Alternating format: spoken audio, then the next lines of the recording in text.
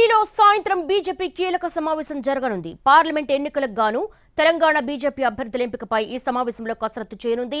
BJP పెద్దలు Amit Shah, JP Nadda అధ్యక్షతన జరుగుతున్న ఈ సమావేశానికి తెలంగాణ బీజేపీ ముఖ్య నేతలు కిషన్ రెడ్డి, బండి సంజయ్, కె లక్ష్మణ్, తరుణ్ చుగ్, సునీల్ బన్సల్ హాజరు కానున్నారు. వచ్చే వారం బీజేపీ పార్లమెంటరీ బోర్డు సమావేశం కూడా జరగనుంది.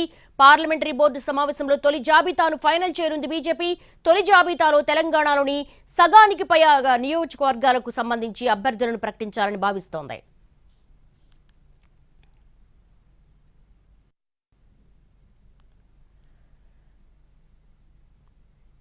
ఢిల్లీలో సాయంత్రం బీజేపీ కీలక సమావేశం జరగబోతోంది. పార్లమెంట్ ఎన్నికలకు గాను తెలంగాణ బీజేపీ అభ్యర్థుల ఎంపికపై ఈ సమావేశంలో కసరత్తు చేరుంది. దీనికి సంబంధించి డీటెయిల్స్ మా ప్రతినిధి రాజును అడిగి తెలుసుకుందాం. రాజు, సమావేశం ఎగ్జాక్ట్ ఎన్ని గంటలకు ప్రారంభమవుతుంది? ఎవరెవరు హాజరవుతున్నారు? ఎలాంటి నిర్ణయాలు తీసుకోబోతున్నారు?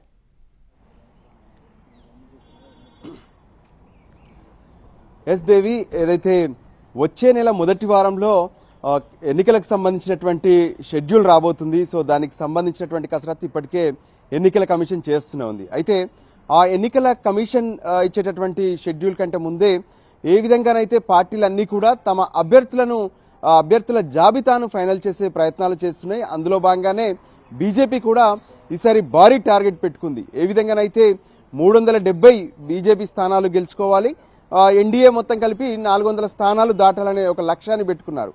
అందుకోసం కసరత్తు కూడా చేస్తున్నారు. అంటే ఎక్కడెక్కడ ఎవరెవరు పోటీ చేయాలి, ఏ విధంగా అభ్యర్థులను గెలిపించుకోవాలనే ప్రయత్నాలు కూడా మొదలయ్యాయి. అయితే దాంట్లో భాగంగానే వచ్చే వారం ప్రత్యేకంగా బీజేపీ పార్లమెంట్ బోర్డు సమావేశం జరగబోతుంది. సో పార్లమెంట్ బోర్డు సమావేశంలో అభ్యర్థులను ఫైనల్ చేయబోతున్నారు. అభ్యర్థుల జాబితాను కూడా ప్రకటించబోతున్నారు.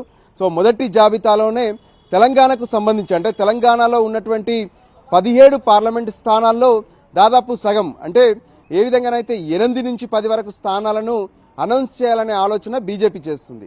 అందులో భాగంగా ప్రత్యేకంగా ఈరోజు, అంటే ఇప్పటికే రాష్ట్ర ఎన్నికల కమిటీ పలుసార్లు సమావేశమైంది. ఒక్కొక్క పార్లమెంటు స్థానం నుంచి 2 లేదా 3 పేర్లతో ప్రత్యేకంగా ఒక జాబితాను కూడా రెడీ చేశారు. అయితే ఈరోజు జరిగేటటువంటి సమావేశంలో వాస్తవానికి ఇప్పటికే ఏదైతే బీజేపీలో ప్రత్యేకంగా ఈరోజు జరిగినటువంటి కసరత్తులో భాగంగా కిషన్ రెడ్డి పార్టీ పెద్దలను కూడా కలిశారు. దానికి సంబంధించినటువంటి ఏదైతే 3తో కూడినటువంటి ఒక జాబితాను కూడా ఇచ్చారు. అంటే మొత్తం ఒక్కొక్క స్థానం నుంచి 3 పేర్లు ఇచ్చారు. అయితే సాయంత్రం జరిగేటటువంటి సమావేశంలో ప్రత్యేకంగా దాదాపు ఈ 3 సంబంధించినటువంటి బలాలు ఏంటి, ఇందులో గెలిచేటటువంటి వాళ్ళు ఎవరు, ఎటువంటి సమీకరణాలు ఉపయోగపడతాయి అనే అంశాలపైన ప్రధానంగా చర్చ జరగబోతుంది. అమిత్ షా, నడ్డాతో పాటు ఏదైతే రాష్ట్రానికి సంబంధించి పార్టీ అధ్యక్షుడు కిషన్ రెడ్డి, లక్ష్మణ్, మరోవైపు బండి సంజయ్, ఈటెల రాజేందర్, డీకే అరుణ వీళ్ళందరూ కూడా ఈ సమావేశంలో పాల్గొంటారు. ఇక ఈ సమావేశం తర్వాత వచ్చే వారంలో ప్రత్యేకంగా పార్లమెంటు బోర్డు సమావేశం జరుగుతుంది. ఆ రోజు ఫైనల్ చేస్తారు. అయితే ప్రత్యేకంగా సౌత్కు సంబంధించి ఏ విధంగానైతే, అంటే తెలంగాణలో ఏ విధంగా పాగవేయాలి, గతంలో అసెంబ్లీ స్థానాల్లో ఎక్కువగా గెలుస్తామనుకున్నారు, కానీ అనుకున్నన్ని స్థానాలు గెలవలేదు. కానీ ఈసారి ఖచ్చితంగా మెజార్టీ స్థానాలు గెలవాలనే లక్ష్యంతో బీజేపీ బరిలోకి దిగుతుంది. సో దానికి అనుగుణంగానే ప్రత్యేకంగా హైదరాబాద్ లాంటి ఏదైతే ఎంతో కాలంగా కూడా అక్కడ ఎంఐఎం పాగా వేసింది, ఓవైసీ ఎంపీగా కొనసాగుతూనే ఉన్నారు, కంటిన్యూగా గెలుస్తూనే ఉన్నారు. సో అలాంటి ప్రాంతంలో కూడా బలమైనటువంటి ఒక బీజేపీ అభ్యర్థిని పెట్టి తెలంగాణ వ్యాప్తంగా కూడా పెద్ద ఎత్తున కొంత ఊపు తీసుకురావాలనే ఆలోచనతో బీజేపీ కనిపిస్తుంది. సో ఇటువంటి స్ట్రాటజీతో పాటు అభ్యర్థుల జాబితాకు సంబంధించినటువంటి పలు కీలక అంశాలపైన ఈరోజు చర్చించే అవకాశం స్పష్టంగా కనిపిస్తుంది. దేవి, మెజార్టీ స్థానాలే టార్గెట్ గా గనక ఫస్ట్ లిస్ట్ రిలీజ్ చేస్తే ఆశావహులు ఎవరెవరున్నారు, ఆ 10 మంది ఎవరై ఉంటారు?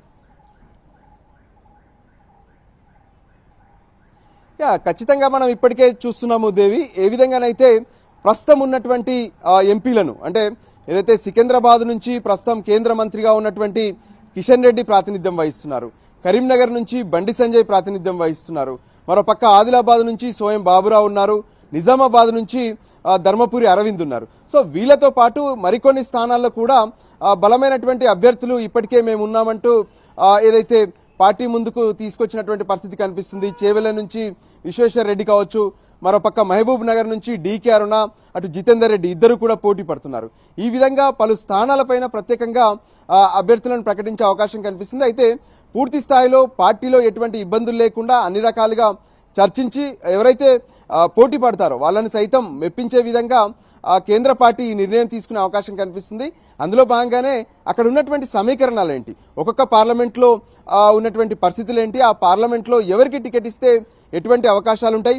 అంతేకాదు ఇక్కడ ఒక కీలక చర్చ కూడా ఈరోజు జరిగే అవకాశం కనిపిస్తుంది.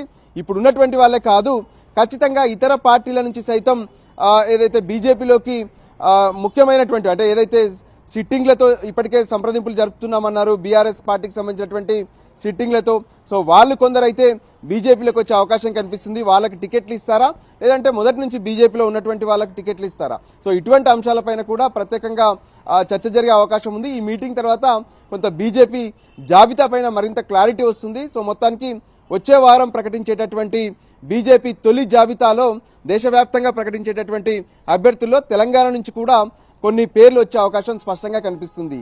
Devi. All right Raju, thanks for the live updates.